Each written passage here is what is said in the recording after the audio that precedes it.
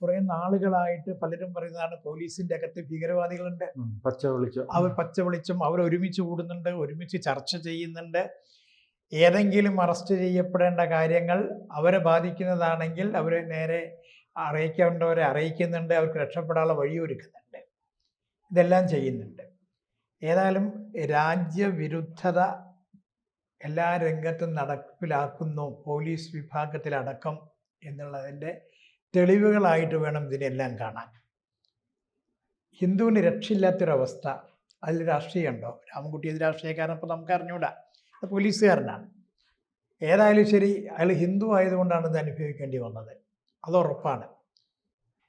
അപ്പം ആ ഹിന്ദു ആയിരിക്കുന്ന രാമൻകുട്ടിയെ അയാൾ ഏത് രാഷ്ട്രീയക്കാരനാണെങ്കിലും, രാഷ്ട്രീയ വിശ്വാസിയാണെങ്കിലും, പരസ്യമായിട്ട് രാഷ്ട്രീയക്കാരനാകാൻ വഴിയില്ല, ഇതിലൊക്കെ അതിനുള്ളിലൊരു വിശ്വാസം ഉണ്ടാവും. ഏതായാലും അത് ഭീകരവാദത്തിന് അനുകൂലിക്കുന്ന വിശ്വാസമായിരിക്കില്ല, അതുകൂടി മനസ്സിലാക്കിക്കൊണ്ടായിരിക്കും. ഹിന്ദുക്കളെ അതിപ്പം പറഞ്ഞുകൊണ്ടുവരാണ് ഇന്ന് ഞാൻ നാളെ നീ എന്നുള്ളതാണ്.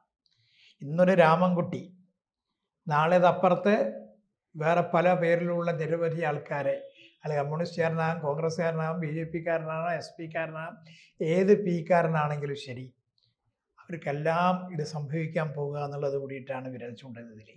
കൂടുതൽ വാർത്തകളും വിശേഷങ്ങളും നിങ്ങളിലേക്ക് എത്താൻ ABC മലയാളം സബ്സ്ക്രൈബ് ചെയ്യുക, ബെൽ ബട്ടണും അമർത്തുക.